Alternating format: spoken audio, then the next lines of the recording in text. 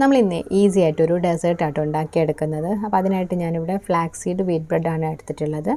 Flax സീഡും കൂടെ അതിലിങ്ങനെ കുറേശ്ശെ ഇങ്ങനെ ആഡ് ആയിട്ടുള്ളൊരു വീറ്റ് ബ്രെഡാണ്. അപ്പോൾ അതിൻ്റെ സൈഡ്സൊക്കെ നമ്മൾ കട്ട് ചെയ്ത് മാറ്റുന്നുണ്ട്. സാധാ ബ്രെഡായാലും കുഴപ്പമൊന്നുമില്ല കേട്ടോ. എന്നിട്ട് നമ്മളിതാ 4 പീസായിട്ട് കട്ട് ചെയ്ത് മാറ്റുകയാണ്. ആ ഒരു സൈഡ്സിലുള്ള ഒരു ബ്രെഡ് പീസസ് ഒന്നും നമ്മൾ കളയില്ല കേട്ടോ. അതൊക്കെ മിക്സിയിൽ ജസ്റ്റ് ഒന്ന് ഇങ്ങനെ ക്രഷ് ചെയ്തിട്ട് നമ്മൾ ഒരു ചെറുതായിട്ടൊന്ന് പാനിലിട്ട് റോസ്റ്റ് ചെയ്ത് എടുത്തു കഴിഞ്ഞാൽ നമുക്ക് ബ്രെഡ് ക്രംസ് ഒക്കെ ആയിട്ട് യൂസ് ചെയ്യാൻ പറ്റും. ഇനി നമ്മളിതാ ആ ഒരു പീസസൊക്കെ നമ്മൾ കുറച്ച് ബട്ടർ ഇട്ടിട്ട് ഒന്ന് ഫ്രൈ ചെയ്തെടുക്കുകയാണ്. ഓയിൽ വെച്ചിട്ട് വേണമെങ്കിലും ഫ്രൈ ചെയ്തെടുക്കാം കേട്ടോ. വെളിച്ചെണ്ണ യൂസ് ചെയ്യണ്ട. ഓയിലിൽ കുറച്ച് ബട്ടറും കൂടെ ചേർത്തിട്ട് അങ്ങനെ നന്നായിട്ട് ഫ്രൈ ചെയ്തിട്ട് വേണമെങ്കിൽ എടുക്കാം. അപ്പോൾ ഞാനിവിടെ കുറച്ച് ബട്ടർ വെച്ചിട്ടൊന്നിങ്ങനെ ഒന്ന് റോസ്റ്റ് ചെയ്തെടുക്കുന്നുണ്ട്.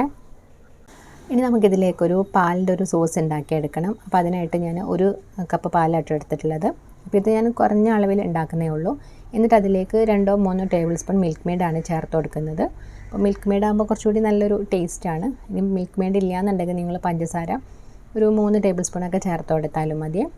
എന്നിട്ട് നമ്മൾ നന്നായിട്ടൊന്നിങ്ങനെ ചൂടാവുന്ന സമയത്ത് ഇതിലേക്ക് കുറച്ച് കസ്റ്റാർഡ് പാലും കൂടെ ചേർത്ത് മിക്സ് ചെയ്തിട്ട് അതും കൂടെ ഒന്ന് ഒഴിച്ചു കൊടുക്കുകയാണ്. അപ്പോൾ ഏകദേശം ഒരു 1.5 ടേബിൾ സ്പൂണോളം കസ്റ്റാർഡ് പൗഡർ, ഇതിലേക്ക് കുറച്ച് മാത്രം പാലും കൂടെ ഒഴിച്ചിട്ട് നന്നായിട്ടൊന്ന് മിക്സ് ചെയ്തിട്ട് അതും കൂടെ ചേർത്തിട്ട് കട്ടയില്ലാതെ നല്ല രീതിയിലൊന്നിങ്ങനെ തിളപ്പിച്ചെടുക്കുകയാണ്. അപ്പോൾ നമ്മൾ ഒരുപാട് കട്ടിയിൽ ചെയ്തെടുത്തിട്ടില്ല കേട്ടോ. കസ്റ്റാർഡ് നമ്മൾ കുറച്ച് മാത്രമല്ലേ ചെയ്തത്. ഒരുപാട് അങ്ങ് തിക്കായിട്ട് വേണ്ട. കുറച്ച് ഇതുപോലെ ലൂസായിട്ടുള്ളൊരു കസ്റ്റാർഡ് മിക്സ് റെഡിയാക്കി എടുത്തു. ഇനി നമ്മളിവിടെ ഒരു ബൗൾ എടുത്തിട്ടുണ്ട്. നമുക്കിത് സെറ്റ് ചെയ്യാനായിട്ട് ഒരു ട്രേ ഒക്കെ എടുത്താലും മതി കേട്ടോ. എന്നിട്ട് അതിൻ്റെ താഴെ ഭാഗത്തായിട്ട് നമ്മൾ നേരത്തെ ഫ്രൈ ചെയ്തിട്ടുണ്ടായിരുന്ന ബ്രെഡ് പീസസ് വെച്ച് കൊടുക്കുകയാണ്. എന്നിട്ട് അതിൻ്റെ മേലെ നമ്മൾ നേരത്തെ റെഡിയാക്കിയിട്ടുണ്ടായിരുന്ന ഒരു കസ്റ്റാർഡ് മിൽക്ക് സോസില്ലേ, അപ്പോൾ അത് ഒഴിച്ച് കൊടുക്കുന്നുണ്ട്. അപ്പോൾ അതിൻ്റെ മേലെ വേണമെങ്കിൽ കുറച്ച് ഡീപ്പായിട്ടുള്ള ട്രേ ആണെങ്കിൽ ഒരു ലെയറും കൂടെ നമ്മൾ ബ്രെഡ് പീസ് വെച്ചിട്ട് അങ്ങനെ ചെയ്ത് കൊടുക്കാം. എന്നിട്ട് ഇതിൻ്റെ മേലെ നമുക്ക് ഇഷ്ടമുള്ള നട്ട്സൊക്കെ ഇട്ട് കൊടുക്കാം കേട്ടോ. അപ്പോൾ ഞാനിവിടെ കുറച്ച് ബദാമും കുറച്ച് പിസ്തയും കൂടെ ഒന്ന് ഇട്ട് കൊടുത്തിട്ടുണ്ട്. ഒരു ഭംഗിക്ക് വേണ്ടി 2-3 പീസസും കൂടെ ഒന്ന് മേലെ ഇട്ട് കൊടുത്തേ.